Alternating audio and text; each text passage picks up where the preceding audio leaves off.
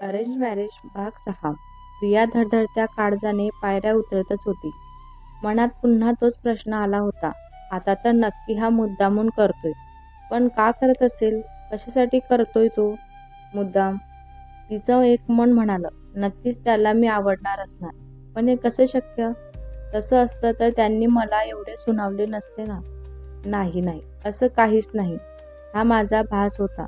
त्यांना माझ्याबद्दल कोणत्याच फिलिंग नाही आहे हे त्यांच्या बोलण्यातून स्पष्ट होत आहे. त्यांचं माझ्यावर प्रेम असूच शकत नाही. ती मनातच बोलत पायऱ्या उतरून किचनकडे जाऊ लागली होती. तिच्या चेहऱ्यावरील लाजेची लाली बघून इकडं अलका, जिच्या चेहऱ्यावर स्मित हास्य उमटलेलं होतं. त्यांनी देवाचे आभार व्यक्त करत देवाला हात जोडले आणि पुढं धावत किचनमध्ये जाणाऱ्या प्रियाला म्हणाल्या होत्या, अगं हळू, इतकी जोरात का पडतेस? जरा सावकाश. पायऱ्या उतर. पाय बी मुरगळला तर तुलाच दुखापत होईल ना.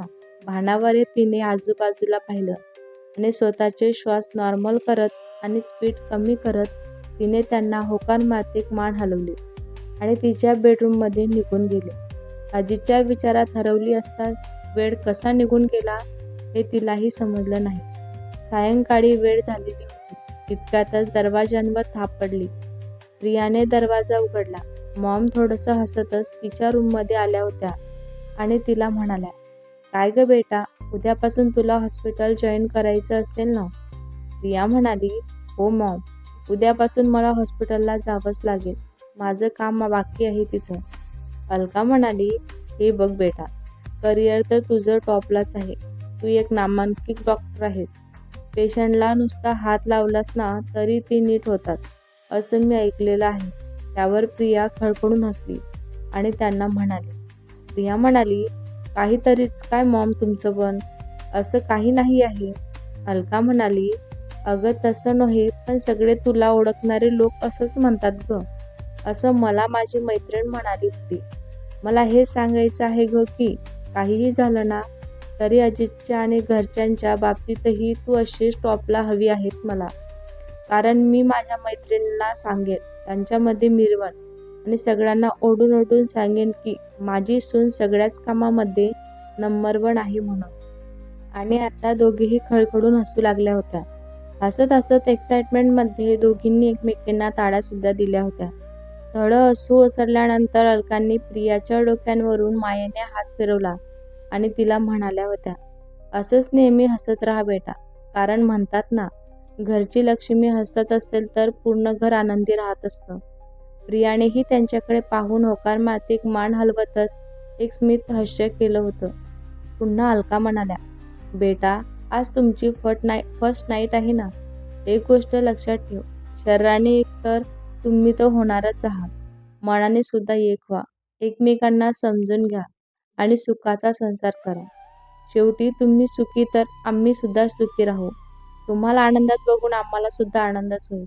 प्रियाने पुन्हा होकारवरती मान हलवली. तितक्यातच अलका पुन्हा तिला म्हणाल्या, अरे हो बेटा, बघ, बोलायच्या नादात ज्या कामासाठी मी आले होते ना तेच विसरून गेले मी. हे घे. असं म्हणून त्यांनी प्रियाच्या हातात एक बॉक्स ठेवला आणि म्हणाल्या, उघडून तर बघ ना एकदा. हे माझ्याकडून तुझ्यासाठी गिफ्ट आहे. प्रिया उत्सुकतेने त्या बॉक्सकडे पाहतच होती. अलका म्हणाली, अगं एवढी का पाहतेस? उघड त्याला. तुझ्यासाठी आणलेलं आहे मी ते. प्रियानेही एक्साइटमेंटमध्येच होती ती तो बॉक्स उघडासाठी. त्याच्यामध्ये काय आहे म्हणून. आणि त्यात लाल रंगाची एक सुंदरशी सिंपल आणि रिच अशी येल्लो बॉर्डरची साडी होती आणि तिच्यावर सुंदर असं येल्लो कलरचा ब्लाऊज सुद्धा होता. त्याच्यासोबतच त्याच्यावरती सोन्याच्या बांगड्याही होत्या. प्रिया जेव्हा ते सगळं पाहण्यात गुंग होती तेव्हा पुन्हा मॉम तिला म्हणाल्या होत्या, आज रात्री तू हेच घालायचं ठरवलं आहेस ना. माझा आशीर्वाद म्हणून हेच घाल. आता प्रियानेही हो मध्ये मान हलवली. अलका म्हणाली, चल येते मी, अजून बरीच कामे बाकी आहेत करायची. तू मात्र छान तयार होऊन बाहेर ये. असं म्हणून मॉमने प्रियाच्या डोक्यांवरून हात फिरवला आणि त्या रूममध्ये बाहेर निघून गेल्या. खरं तर एखाद्या आईलाही काय हवं असतं? आपल्या मुलांच्या सुखातच आईला स्वतःचं सुख दिसत असतं. त्यांचा आनंद बघून तिला सुद्धा आनंद होतोच ना. अजितची मॉमही अजित सुखी राहावा, त्याचा संसार सुखाचा व्हावा हीच अपेक्षा करत होती. आणि त्यांनाही तर सुनेची हौस होतीच ना. फक्त एकच तर मुलगा होता त्यांना. आज सुनेच्या रूपात त्यांना गोड आणि संस्कारी मुलगी सुद्धा मिळालेली होती. शेवटी ती वेळ आलीच, ज्याची प्रियाने मनोमन कामना केली होती. तिचं प्रेम आज तिला मिळणारच होतं. मनात एक गोड अशी हुरहुर लागून राहिलेली होती. राहून राहून अंगांवर एक गोड शहारा उमटत होता.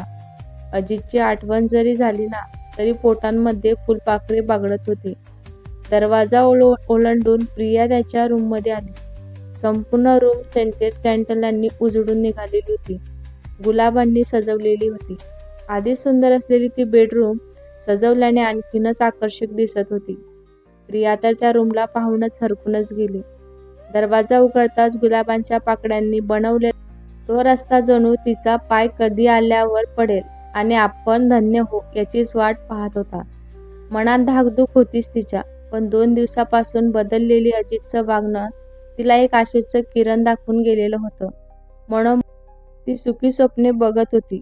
अंगांवर लाल साडी, सुंदर रेशमी केस मोकळे सोडलेले होते. ओठांवर लाल लिपस्टिक आणि येल्लो कलरचा ब्लाउज, तोही डीप गळ्यांचा होता. तिचं ते रसरशीत शरीर जणू आकुसलेलंच होतं. शेवटी इतक्या दिवसांचे प्रेम आज सफल झालेलं होतं तिचं. या विचारातच ती कधी बेडवर येऊन बसली तिलाही कळलंच नाही. बेडवर बसतानाही ती खूप काळजीपूर्वक बसलेली होती, कारण बेडच्या मधोमध सुंदर असा गुलाबांच्या पाकळ्यांनी बनवलेला हार्ट होता. बेडवरती बसून जवळजवळ अर्धा तास झालेला होता, तरी सुद्धा अजितचा काहीच पत्ता नव्हता. तो अजूनही आलेला नव्हता. म्हणून ती उठून गॅलरीत गेली. बाहेर हवेत गारवा जाणवत होता. हाताची घडी घालून ती तो गारवा फील करत होती. नजर वरती आकाशातल्या चंद्रमाकडे होती. जणू त्याला सांगत होती ती, आज मी खूप खुश आहे, आनंदी आहे, कारण आज मला माझं प्रेम मिळालेलं आहे. ती तिच्या विचारातच होती की तितक्यातच बेडरूमचं दार वाजवण्याचा आवाज तिला आला होता. तिने मागे वळून पाहिलं तर एका हातात ब्लेझर आणि दुसऱ्या हातात लॅपटॉप बॅग घेऊन अजित रूममध्ये आला होता. रूममधलं वातावरण पाहून तोही मनोमन सुखावलेला होता. बेडकडे नजर फिरवली तर त्याला तिथे प्रिया दिसलीच नाही. अचानक गॅलरीतून बांगड्यांचा किणकिण असा आवाज आला आणि त्याचं लक्ष त्या दिशेकडे गेलं. समोर ती उभी होती. क्षणभर त्याचं काळीज धडधडत होतं. तोंडातून शब्द आपोआप बाहेर निघाले होते. आज माझा जीव घेतल्याशिवाय ही फटाकडी राहणार नाही.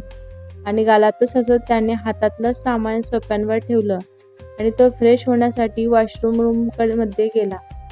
इकडं प्रिया मात्र त्याच्या घरी येण्याने आणि तिच्याकडे आता ज्या नजरेने तो पाहत होता त्या नजरेने पुरती घायल झालेली होती.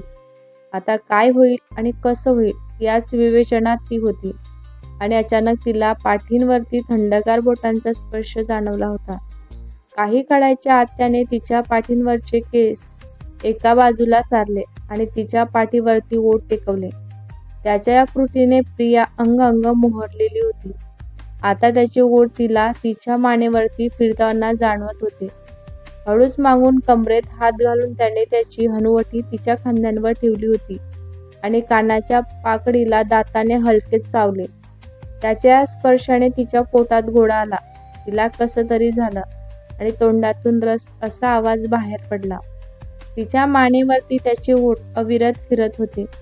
त्याची ही कृती तिला आता अगदीच असह्य होऊ लागलेली होती. त्याच्या स्पर्शाने तिने तिचे डोळे गच्च मिटले. त्याने हळूहळू तिला स्वतःकडे वळवले होते आणि तिच्या मिटलेल्या डोळ्यांवरती ओठ टेकू लागला होता. प्रियाने मात्र आवेगाने त्याला मिठी मारली. तिने त्याला मिठी मारताच समाधानाने त्याने डोळे गच्च मिटले आणि तिला आपल्या मिठींमध्ये घेतलं. तिच्या हनुवटी खाली बोट टाकून हनुवटी वर केली आणि म्हणाला, sweet heart, look at me. त्याच्या जादुई शब्दांनी तिच्या हृदयांच्या तारा छेडल्या गेल्या जणू. तिला सरप्राईज झाल्यासारखी ती एकटक त्यालाच पाहत होती. तिला दोन्ही हातांवर अगदी बाहुलींसारखं उचलून घेतलं त्याने आणि रूममध्ये घेऊन आला. तिला अलगद बेडवर ठेवलं त्याने. आता तोही तिच्या शेजारी येऊन बसला होता. खूप प्रेमाने तिच्याकडे तो पाहत होता. तो तिच्या चेहऱ्यावर त्याची नजर स्थिर झालेली होती. तिच्याकडे तो एकटक बघत होता. हळूहळू त्याचं लक्ष तिच्या ओठांकडे गेलं होतं. आता तो तिच्याकडे झुकू लागलेला होता. भीतीने तिचे ओठ थरथरले होते आणि तिने काहीतरी बोलण्यासाठी ओठ एकमेकांपासून थोडे विलगले केले होते. तितक्यातच त्याने झटक्यात तिचे ओठ ओठात घेतले. तो इतक्या आवेशाने तिचे ओठ कुसकुस करत होता की तिने तर घाबरून डोळेच मोठे झाले. पण हळूहळू त्याचा किस इतका डीपमध्ये होत गेला की तीही त्याला तिच्याही नकळत प्रतिसाद देऊ लागलेली होती. तिचेही हात आता त्याच्या केसातून फिरत होते. आता दोघांचेही श्वास जड होऊ लागलेले होते. त्याने तिला हळू स्वतःपासून दूर केले आणि तिच्या कपाळांवर ओठ टेकवले होते आणि तिच्याकडे प्रेमाने पाहत होता तो. ती मात्र छातींवर हात ठेवून स्वतःचे श्वास कंट्रोल करण्याचा प्रयत्न करत होती. तिची ती हालत पाहून मुश्किल हसत तो तिला म्हणाला होता, आपली फर्स्ट किस काय मस्त फिलिंग आहे ना. ती विचलित नजरेने त्याच्याकडे पाहत होती. अजित म्हणाला, कसं वाटलं तुला स्वीट हार्ट? मी पण तुझ्यावर खूप प्रेम करतो ग, पण तुला सांगू शकलो नाही. प्रिया म्हणाली, माझ्यावर प्रेम करता तर इतका त्रास का दिला मला तुम्ही? आधीच सांगायचं ना. तिने त्याला लाडीकपणे विचारलं होतं. पुढं ती काही बोलणार तितक्यातच दारांवर थाप पडली होती आणि तिने डोळे थाळकन उघडले होते. समोर वॉचमध्ये पाहिलं तर सकाळचे 7 वाजलेले होते. अवतीभोवती नजर फिरवली तर ती रात्री रूममध्ये येऊन बेडवर बसल्या बसल्या तिचा डोळा लागलेला होता. तिचं मन खट्ट झालेलं होतं. विचार आला, हे कसे आले नाहीत अजून. विचारातच तिने दरवाजा उघडला होता. समोर मॉम उभ्या होत्या. थोड्या नाराजगीतच होत्या. त्यांना सुद्धा वाईट वाटलेलंच होतं. अलका म्हणाली, बेटा आज तुला हॉस्पिटलला जायचं आहे ना. म्हटलं उशीर होईल म्हणून तुला उठवायला आले ग, कारण काल अजित आला नाही ना. प्रिया म्हणाली, रात्री मी खूप वाट पाहिली त्यांची, पण ते काही आलेच नाहीत. अलका म्हणाली, काही नाही ग, थोडं अर्जंट कामासाठी बँगलोरला गेला होता तो कालच, पण रात्री उशिरा येईल म्हणाला होता. म्हणून मी हा घाट घातलेला होता ग पूजेचा. नाहीतर मी कशाला पूजेचा हा घाट घातला असता? नसती ना ठेवली ही पूजा. मॉम अस्वस्थ होतच म्हणाल्या. प्रिया थोडीशी कचरतच म्हणाली, मॉम नक्की काय झालंय? तुम्ही काळजीत का आहात? तुमच्या चेहऱ्यावर टेन्शन दिसतंय. मला सांगा, मला काही वाटणार नाही. जे काही आहे ते खरं बोला. मला तुमची मुलगी मानता ना तुम्ही? मग हा संकोच का माझ्याबद्दल? आता प्रियाही थोडी काळजीतच बोलत होती मॉमला. मॉमही तिची काळजीला दिसत होती. तिलाही सगळं काही खरं सांगावं असं त्यांना वाटतच होतं आता. त्यांनी तिच्या हाताला धरून बेडरूममध्ये आत आणलं आणि तिला बेडवर बसून तिचा हात हातात घेत त्या म्हणाल्या होत्या. अलका म्हणाली, बेटा तुला अंधारात ठेवणार नाही मी. खरं सांगते सगळं, पण तू मला प्रॉमिस कर की मी जे काही सांगेल ना ते तू शांततेत ऐकून घेशील. प्लीज डोक्यात राग घालून घेणार नाहीस तू. प्रियाने त्यांच्या हातांवर हात ठेवत म्हणाली होती, मम्मा मी प्रॉमिस करते की मी अगदी शांततेत सगळं काही ऐकून घेईल. बिलकुल राग येऊ देणार नाही. आता तर मला सांगा ना प्लीज. मॉमच्या डोळ्यात अश्रू जमा झाले होते आणि कातर आवाजात त्या तिला म्हणाल्या होत्या, बेटा आम्हाला बाहेरून कळालं होतं की अजित त्याच्या ऑफिसमधल्याच एका मुलीच्या प्रेमात पडलेला आहे म्हणून. खरं तर आम्हाला काहीच प्रॉब्लेम नव्हता त्या गोष्टींचा. त्याचा शेवटी आमचा तो एकुलता एक मुलगा होता, म्हणून आम्ही त्याचं लग्न लावून द्यायला सुद्धा तयार झालेलो होतो. आम्हाला सुद्धा आनंद झालेला होता, कारण त्याच्या सुखातच आमचं सुख आहे असं आम्हाला नेहमी वाटतं. म्हणून त्याला म्हणालो होतो तिला घरी घेऊन ये म्हणून. तो तिला घरी घेऊनही आला होता. एकतर तिचे ते कपडे बघून खूपच शॉर्ट होते. मला रागच आला. मनाला समजावलं, असू दे मॉडर्न आहे, मनाने तर चांगली असेल ना, पण कशाचं काय. तिचा तो अवतार आणि तिच्या बोलण्यातून जे घमंड झळकत होतं ना, एवढं झाल्यावरही ती आम्ही तयार झालो. लागल्यावर ना बाया पडली, ना कोणाला काही विचारलं, ना कोणाला प्रेमाने 2 शब्द बोलली. अजितला फोन आला म्हणून तो फोनवर बोलत जरा बाजूला काय गेला. लगेच मला येऊन म्हणाली, आंटी तुम्हाला स्वयंपाक करणारी, तुमची आज्ञा पाळणारी, 24 तास देवधर्म करणारी सून हवी असेल तर. पण मी ती आधीच तुम्हाला सांगते, तसले डाऊन मार्केट कामं मी करत नाही. आणि हो, मला फ्रेंड्स आणि पार्टी करायला खूप आवडतं. कधी कधी फ्रेंड्ससोबत मी थोडी सुद्धा घेते सुद्धा ड्रिंक. त्याचा तुम्हाला काही प्रॉब्लेम नसावा. तितक्यातच अजित आला आणि त्याला आमच्या समोर म्हणाली, बेबी चल, मला थोडं अर्जंट काम आहे. पुन्हा कधीतरी येईल मी आंटीला भेटायला. आणि अजितच्या हातात हात घालून बाय आंटी म्हणाली. ती निर्लज्ज कुठली मुलगी. बरं इथपर्यंत तर ठीक होतं, पण तुमच्या डॅडांना जाताना गालाला हात लावून बाय हँडसम म्हणाली होती. मी तर कपाळालाच हात मारून घेतला होता. ही असली मुलगी नको रे बाबा. म्हणून मी मग अजितला तुझ्यासोबत लग्नाला थोडं इमोशनल करून तयार केलेलं आहे. तो तयार नव्हता ग लग्नाला. पोरी मला माफ कर. मुलाला सुधारण्याच्या नादात मी तुझ्यावर अन्याय केला ग. असं म्हणून मॉमने तिच्या पुढं हात जोडले होते. प्रिया म्हणाली, मॉम प्लीज तुम्ही माफी मागू नका ना. तुम्ही तुमच्या मुलाच्या सुखाचा विचार करत होता, पण ते तर त्या मुलीच्या प्रेमात खूप आंधळे झालेत की. चांगलं काय आणि वाईट काय यातला फरक विसरलेत बहुतेक ते. चला असू द्या. चला आपण आता कामाला लागूया. मला हॉस्पिटलला पण जायचं आहे ना. अलका म्हणाली, पण मला एक प्रॉमिस कर. काही झालं ना तरी तू हे घर सोडून जाणार नाहीस. कारण मान्य आहे, प्रत्येक पत्नीला वाटतं की तिचा पती तिच्याशी एकनिष्ठ राहावा. बेटा त्याला थोडा वेळ दे ग. प्रियाने त्यांच्या हातांवर हात ठेवला होता आणि डोळ्यांनीच त्यांना आश्वासन करत म्हणाली होती, मॉम लग्न झालेले आहे आता. हा खेळ नाही आहे. एकतर तुम्ही त्यांचं लग्न करायचं नव्हतं. पण ठीक आहे जाऊ द्या आता. आता जे झालं ते आपण बदलू शकत नाहीत ना. तुम्ही काळजी करू नका. मी कुठेही जाणार नाही आहे. चला मी फ्रेश होऊन येते. मला हॉस्पिटलला पण जायचं आहे ना. त्यामुळे उशीर नको व्हायला. असं म्हणून प्रिया तिचे कपडे घेऊन बाथरूममध्ये निघून गेली होती. तिच्या जाणाऱ्या पाठमोऱ्या आकृतींकडे पाहून अलका म्हणाल्या होत्या, पोरी मला माफ कर ग. मला असं करायचं नव्हतं तुझ्यासोबत. की अजित इतका बदलेल की मला दिलेल्या शब्दही मोडेल तो. असं मला कधीच वाटलं नव्हतं. असं म्हणत त्या तिथून उठून किचनकडे निघून गेल्या. पण इकडे बाथरूममध्ये असलेली प्रिया मात्र तोंडांवर हात ठेवून हसवून हसवून रडत होती.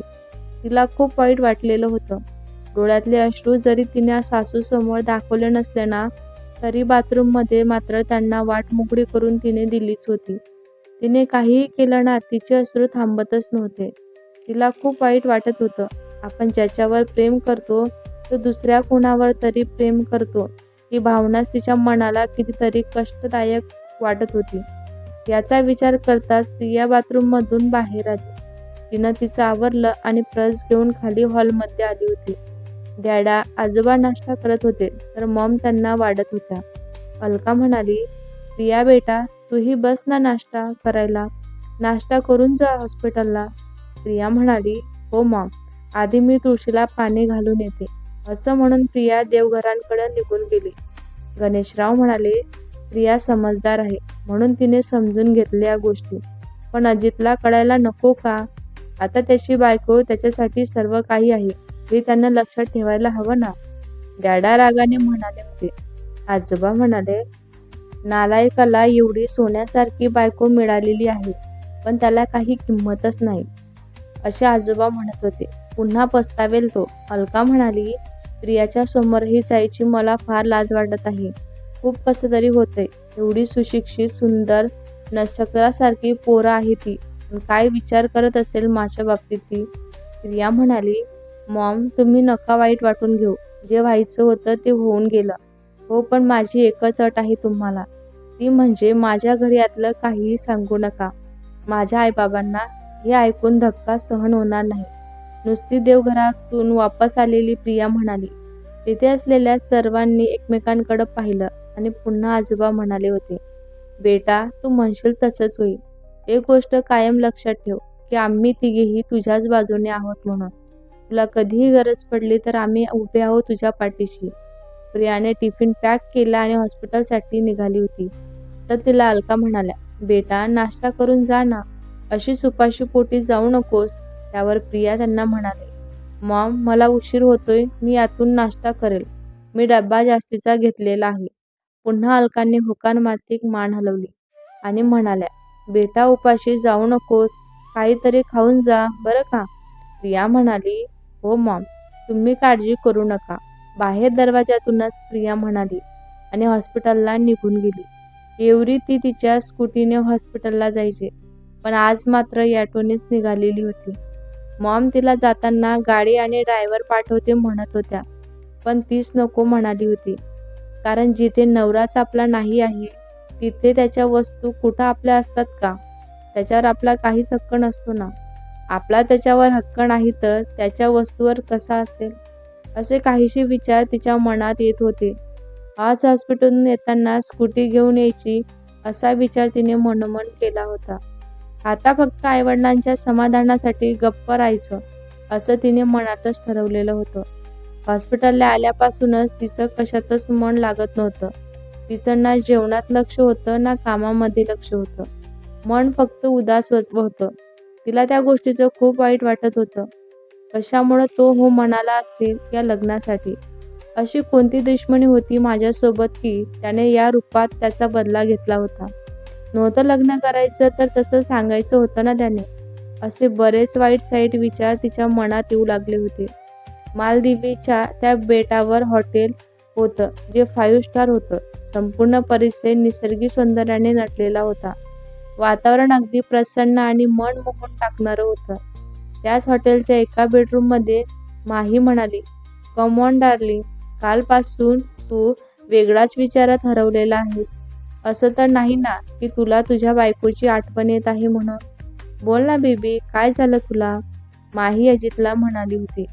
अजित म्हणाला, नो जॉन, मला का तिची आठवण येईल? असं म्हणत नकळत का होईना तिची छवी नजरेसमोर आली. पण पुन्हा तो म्हणाला, मी तर हा विचार करतो की तिला काल मी इकडं आलो हे कळलं असेल तर ती किती चरफडली असेल ना. फार शौक होता ना तिला माझ्यासोबत लग्न करायचा, तर आता बस म्हणावं एकटी सुहागरात साजरी करत. माही म्हणाली, दॅट्स राईट. असं म्हणून दोघेही हसू लागले होते. आता हळूहळू माई अजितला उत्तेजित करू लागलेली होती.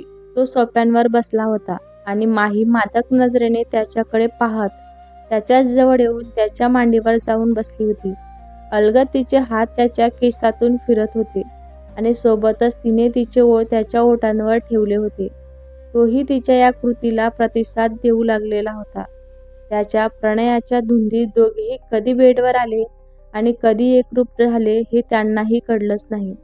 सकाळी उठल्यानंतर अजितची नजर बेडवर गेली तर माही आधीच उठून तिचं आवरत होती. अजित बेडवरून उठला आणि शेजारी ठेवलेल्या बर्थ कंट्रोल पिल्सकडे त्याचं लक्ष गेलं तर ते पॉकेट जशीच्या तसेच होते. अजित तिला म्हणाला, हे ब्युटिफुल, लुकिंग व्हेरी गॉर्जियस. असं म्हणून त्याने तिच्या गालांवर किस केला आणि तिला म्हणाला, टेक दिस. माईने त्याच्याकडे पाहिलं तर त्याच्या हातात त्या टेबलवरचं पॉकेट आणि पाण्याचा ग्लास होता. माही म्हणाली, एखाद्या वेळेस नाही घेतली गोडी तर काय होणार आहे रे, म्हणून मी आज घेतलीच नाही, जाऊ दे ना. तिच्या या वाक्यांवर सिरियसली होत अजित तिला म्हणाला, नाही माही, तुला म्हटलं होतं ना मी, आपण लग्न करू, म्हणून तर तूच मला नाही म्हणालीस ना. तू आता मला त्या लफड्यात पाडायचं नाही आहेस, त्यामुळं प्रिकॉशन घ्यायलाच बरी तू. God is. थोडं रागानेच तिच्याकडे पाहत अजित तिला म्हणाला होता. असेच 2 दिवस एन्जॉय करून दोघेही वापस दिल्लीला परतले होते. माही दुसरी तिसरी कोणी नसून अजितची पीए होती. बाकी तिच्याबद्दलची माहिती हळूहळू पुढे प्रत्येक पार्टमध्ये मिळतच जाईल तुम्हाला. माहीला ड्रॉप करून अजित घरी परतला होता. रात्रीचा जवळजवळ 1 वाजलेला आलेला होता. घरातले प्रत्येक जण आपापल्या बेडरूममध्ये आराम करत होते. बेल वाजल्यावर जोशी काकांनी दरवाजा उघडला होता आणि अजित काहीही न बोलता वर त्याच्या बेडरूमकडे निघून गेला. रूममध्ये येऊन त्याने हळूच रूमचा दरवाजा बंद केला. रूमच्या प्रत्येक कोपऱ्यात त्याच्या ओळखीच्या असल्याने त्याने लाईट न लावता त्याची बॅग आणि कपडे काढून सोफ्यावर टाकले होते. कपाटातून ट्रॅक पॅन्ट काढून ती घातली होती आणि बेडकडे आला होता. त्याला वाटलं प्रियाही बेडवर झोपली असेल, पण प्रिया बेडवरच नव्हती. एवढंच काय, त्याने संपूर्ण रूमवर नजर फिरवली होती तर प्रिया रूममध्ये कुठेच त्याला दिसले नाही. सुरुवातीला त्याला थोडं आश्चर्यच वाटलं. त्याला वाटलं ही कुठे गेली असेल, पण पुन्हा मनाशी तो म्हणाला, मरू दे, मला काय करायचं आहे, असेल कुठेतरी. असं म्हणून तो बेडवर आडवा झाला होता. प्रवासाने थकल्यामुळं त्याला लगेच झोप सुद्धा लागली होती. सकाळी 7च्या सुमारास त्याला जाग आली, पण त्याने आळस दिला. अवतीभोवती नजर फिरवली तर पुन्हा रूममध्ये ती कुठेच त्याला दिसली नाही. नकळत का होईना पण क्षणभरासाठीच त्याला तिची काळजी वाटतच होती. कुठं गेली असेल तो स्वतःशीच म्हणाला होता. पुन्हा त्याचं मन त्याला म्हणालं, गेली असेल कुठेतरी, मला काय करायचं आहे, जाऊ दे कुठं जायचं तिला तर. अजित फ्रेश होऊन खाली आला. डायनिंग टेबलवरती सगळेजण बसून गुपचूप नाश्ता करत होते. त्याला पाहूनही कोणीही खुशी दाखवलीच नाही. त्यांच्या जवळ मॉम होती, डॅड होते, आजोबा सुद्धा होते, पण तरीही त्याची नजर कुणाला तरी शोधत होती, जिची आज त्याच्या मनाला लागलेली होती. ती काही समोर त्याला दिसलीच नाही. का कुणास ठाऊक, पण एक झलक तिला पाहावं असं त्याला मनोमन वाटत होतं. त्याच नादात त्याचं किचनकडे ओझरत्या कटाक्ष टाकत चालूच होता. तो किचनकडेच पाहत होता. जोशी काका टिफिन पॅक करून रोहन सोबत प्रियाच्या हॉस्पिटलमध्ये घेऊन जा. रोहन हा त्याचा फार जुना आणि विश्वासू ड्रायव्हर होता. काल रात्रीपासून पोरगी घरी आली नाही. काहीतरी महत्वाचं ऑपरेशन होतं म्हणत होती ते तिला. न राहून आजोबा म्हणाले, अगं अलका, तिचं म्हणणं आहे की काय करू मी घरी राहून. घरात असलं की तेच ते विचार मनात येतात ना. त्यापेक्षा मी दररोज नाईटची ड्युटी घेईन असं मला काल सांगत होती ती. अलका म्हणाली, मलाही बोलली होती ती काल, की मी म्हणाली तिला की जसं तुला योग्य वाटेल तसं कर बाळा. मला तर नको वाटत होतं, पण पुन्हा स्वतःशीच म्हणाले की काय करणार ना पोरगी घरी राहून सुद्धा. त्यापेक्षा तिच्या कामात व्यस्त असलेली बरी ती. तिच्या डोक्यामध्ये बाकीचे विचार सुद्धा येणार नाहीत ना. असं म्हणत अलकाजींनी एक तिरपा कटाक्ष अजितवर टाकला होता. अजितने मनातच सुस्कारा सोडला आणि स्वतःशीच म्हणाला होता, बरं झालं, रोज रात्री बेडरूममध्ये तिला पाहावं लागणार नाही. त्याचा नाश्ता संपला आणि तो उठला. मामजवळ जाऊन म्हणाला होता, मग चल येतो, बाय मम्मी. अलकाजीने फक्त होकार भरला आणि खाली पाहून त्या त्यांचा नाश्ता करतच होत्या. त्यांना इतका रूडली बिहेवियर करताना पाहून अजितला सुद्धा वाईटच वाटत होते. या क्षणाला त्याला प्रियाचा खूप राग येत होता. मनाला खूप वाईट वाटत होतं की हिच्यामुळंच, फक्त हिच्यामुळे मॉम, डॅड आणि आजोबा कोणीही माझ्याशी व्यवस्थित बोलत नाहीत. आता समोर असती तर याचा चांगलाच बदला मी घेतला असता तिच्याकडनं, असं काहीसं त्याच्या मनात चालूच होतं. रागात आताच्या मुठी घट्ट आवळून तो ऑफिसला जायला निघालेलाच होता. भेटूया पुढच्या भागात. हा भाग तुम्हाला कसा वाटला कमेंट करून नक्की सांगा. व्हिडिओ आवडला असल्यास लाईक करा, शेअर करा. नवीन असाल तर चॅनलला सबस्क्राईब करा. धन्यवाद.